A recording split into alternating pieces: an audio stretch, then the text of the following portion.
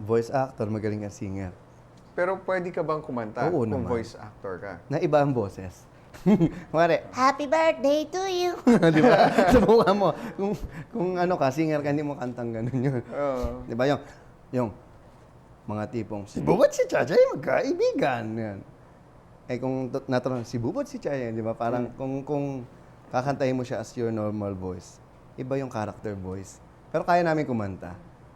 So, yun nga lang, hindi kami nakikilala kasi hindi kami nakikita. Ang sikat sa amin yung character na binobosesa namin. Ah, okay. O katulad ng isang commercial sa TV, yung Tabi, bibo, bagong bibo. anong sikreto ng bagong bibo ngayon? Okay yun, yung mga boses nun. Yan. Tapos yung, si Ponyo is the name. Yan. Game over ka, si Ponyo. Yan. Wow. Huwag ko nang banggitin yung product, pero ako yung voice behind. May asawa ka na? Of course. Meron Anak? Meron na rin. He's the youngest. Take note, siya ang pinakabatang naging voice talent. At age of 1, meron na siyang commercial na ginawa. May Talaga? Oo. Wow. Sabi niya, Mama. ganun lang. Tapos ngayon, basta mga 5 na yung nagawa niya na rin. So, tinuturuan mo din siya? Ang mga bata naman madaling maturuan. Pero paborito, kaya niya mag-SpongeBob eh. Kasi sabi ko, ganito Patrick, subukan mo. Hey, come on, Patrick. Come on, gaganon din siya. Gaganon din. Hey, how are you, SpongeBob? Ginagaya niya si Patrick. Sabi niya si Squidward, Hey, what's up, SpongeBob? di ba ganun? Ginagaya niya, tapos nakukuha naman, nakakatuwa.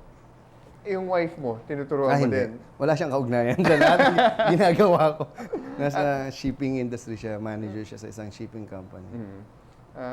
Kala ko family business Ay, na rin no. It should not be. I don't believe in family business kasi. Okay. Na dapat magkaiba totally. Kasi pag bumagsak yung isa, paano na? Ano yun, parang at Kung least, yung bread and butter Oo, nyo isa parehas, lang, di ba? Oo. para sa akin yun, ewan ko. Marami ng family business na okay, pero yung sa akin, parang naman, wala kasing challenge kung parehas kayo nandun, di ba? Ganon yung pagtingin ko doon. Okay. Now, going back to before the break, we were talking about your advocacies. Tingin mo paano natin mababago yung mindset ng mga Filipinos? Kasi yun nga, ngayon napapansin mo, umaasa lang tayo sa mga politiko. Kaya ang daming mga nangangako di ba? That's true. Ngayon, anong ginagawa ng Voice of the Youth para mabago yung mindset na yun? Basically, yung voice of the youth talaga, we inspire, inform, involve, and empower young people. We inspire them to make a difference. Ano bang make a difference? Parang sinabi mong, you're a student, but what makes you different from other students? If you're a traditional student, pagtanda mo, traditional ka pa rin. So if there's something new sa'yo, halimbawa yan, ang grupo kasi namin, napakaraming ginagawa, pero magtaka ka, paano namin nagagawa nang walang pera? Ako naniniwala ko, lahat ng tao may something sa kanya na gusto niyang ilabas, gusto niyang express, gusto niyang gawin. Ang problem, no one supports that person. So, the Voice of the Youth Network is a network that will support you, your advocacy. Basta importante, mabuti ito para sa ibang tao, sa kapwa mo. So, andito kami para tulungan ka. We will find a way para ma-turn into reality yung iyong ideas. So, it's all about you, not the group. May mga different chapters ba kayo nationwide? Kasi nabanggit mo, meron kayo sa Mindanao. Yeah, oo, marami. Almost all provinces, meron na. Yeah, paano sila pwede how can they get in touch with you? Online sa website namin, voti.org. Meron kaming website. Tapos ang ginagawa namin, binibigay lang namin yung blueprint. Kasi lahat sila may freedom to do it on their own . Basta papaalam lang sa amin. Pero, rule number 1, no money involved. Para walang corruption, walang pera. Walang masisilip. Diba? Okay. Kasi, pwede naman . Alam mo, doon ka magtaka. Ang dami ko nagawa sa buhay ko, nagawa ko sa ibang tao. Walang pera. Walang gumagastos pamasahe, pagkain, pero yung parang gobyerno sasabihin, hindi natuloy kasi walang budget. Ang kulang dito sa bansa to, leadership talaga. We have a leadership crisis. Anong leader? Siyempre, someone who leads and also follows. May servant leadership dapat din. So, paano mo mapapatunayan ng isang leader ay leader? Simple lang. Kung yung taong yan, yung politikong yan, mayroong tinayong organization or anything na meron siyang follower. Mhm. Napakasimple. Leadership, kailangan may follower. Kung walang follower yung taong yan, sorry, but I don't think he has the right to become our next president. Yun. Ngayon, maraming gustong tumakbo. Ilan tatakbo yung presidents? Walo. Walo ba? So, dapat ngayon pa lang, alamin na kung sino talaga yung pinaka-qualified, ano? Yan talaga, alam mo, hindi ka pwedeng maging manager kung janitorial lang yung inano mo tinapos mo di ba? So, yung Voice of the Youth ba, you're also educating yung Yeah. mga voters? Yes. Meron akong programa na ginawa, kasi voting nga kami, Voice of the Youth. Meron akong program na ginawa, Vote of the Youth.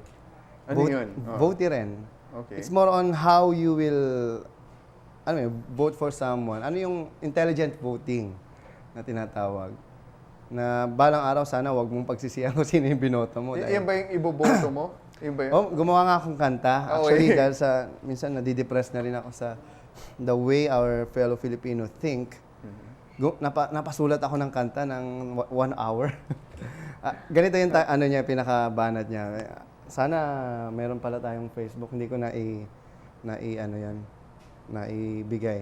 Anyway, yung title niya, Boboto ako. Mm. Double meaning, Boboto at Bobo ito. Oo. Parang ganon. But hindi ko naman generalize na ito, kumbaga nasa sa iyo yun bilang isang tao kung paano mo siya i-accept. Mm. Kung feeling mo bobo kang botante, ikaw yun. So, tatlong persona yung nagsasalita. Isang kandidato, isang botante, at isang aktivista. Ang line niya ganito. Parang nangangampanya na rap siya, rap version. Ang dating niya, mga kababayan ko, ako'y pakinggan nyo. Lahat ng bagay, ibibigay ko sa inyo. Pati langit at lupa, paghahaluin ko. Basta ako lamang ang inyong iboto. Ayan. Ako ang mag-aahon sa inyo sa kahirapan. Galing at talino ang inyong kailangan. Pangako ko, hindi ako magnanakaw. Subok na ako at hindi ako masisilaw. Tapos may botante. Puro na lang pangako, lagi naman napapako. Padulasan mo lang ako para wala na reklamo. Kahit na matalino, ang problema ako mismo nagpapabayad sa kandidato para lang sila iboto. Kaya ngayong halalan, ako ay tutunganga. Maghihintay na lang uli sa inyong mga biyaya. Kaya ngayong eleksyon, ang gagawin ko, tapos yung chorus niyan, boboto ako. Di ba? Boboto sila. Ni-launch mo na ba yan? Or Online siya actually. Online, pwedeng i-download. Parang independent, independent na, independent song na ginawa ko lang. Para advocacy. Pero wala tayong pinatutungkulan dito na walang specific na tao kasi masama yon. Pero ang point ko, maging matalino kang botante. Kasi lalo You have to na- research. Lalo na ngayon sa village namin, almost every hour, may mga sasakyan. Trompa. Oo. Recorrida tawag doon. Di ba? Recorridas. Mas maganda kung yan ang patugtog Ay, nila nako, eh. sabi ko i-download na nila, palabas nila yung mga tao diyan sa ibang probinsya. Dapat download niyo 'yan, parinig niyo sa mga tao. Matututo kayo kasi wala pa lumalabas na advocacy song Okay. for how intelligent voting eh. Yung pagboto lang, yung how you will vote. Pero intelligent voting wala pa. Now, we only have a few minutes before we're going to end the show. Do you have any final words for our viewers? And at the same time, you can also promote your, voice acting lessons. Okay, thank you very much. Para sa akin, ito ang pinaka-crucial na moment na election ng generation natin, mga kabataan. I'm still a youth. I'm just 30 years old, but turning 31 this May. But according to Republic Act 8044, I'm still a youth. Mag-isip tayo, mga kabataan. Ang future natin nandito na. Kumbaga, what will happen for the next 6 years will define our future. So, maging mapanuri tayo, maging matalino tayo sa pagboto. Dahil itong grupo namin, yung Voice of the Youth, meron kaming programa, yung Vote of the Youth na ilalabas namin sa internet. Ano ba talaga yung tunay na tinig at boses ng kabataan at ang boto ng kabataan ngayong eleksyon? Siguro doon muna tayo mag-focus at naniniwala ako, kayo mga kabataan, lahat tayo magtatagumpay kung lahat tayo maniniwala sa sarili natin. Kaya magtulungan tayo, tulungan natin ang sarili natin at let's follow our dreams, our passion. So, pag ginawa niyo yan, hindi kayo magkakamali. At let's volunteer din sa lahat ng mabubuting mga advocacy sa bansa natin. And I would like to invite all of you to be part of our voice acting workshop. You can visit our website at www.creativevoices.com or .net, or i-google nyo na lang Voice Acting Workshop Philippines. Lagyan nyo na rin ang pangalan ko, Pocholo Gonzales. Or i-add nyo ako sa Facebook account ninyo, Pocholo Gonzales. Pocholo Gonzales. At meron rin akong website, pochologonzales.com. So, pwede kayong tumawag sa telephone number 239-6468. 239-6468. Alright? So, mamaya, abangan ninyo ang creative business with Lloyd Luna.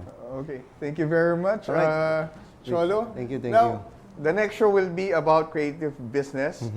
Kayo na ni Lloyd, ano? Oo nga eh. Oo nga. Naghihintay na yata dyan ngayon. Oo nga, so, Overtime na tayo. Well, thank you very much for watching View from the Top. We hope you got you inspired. Till next week. Thank you very much. I'm your host, Fritz Capulong.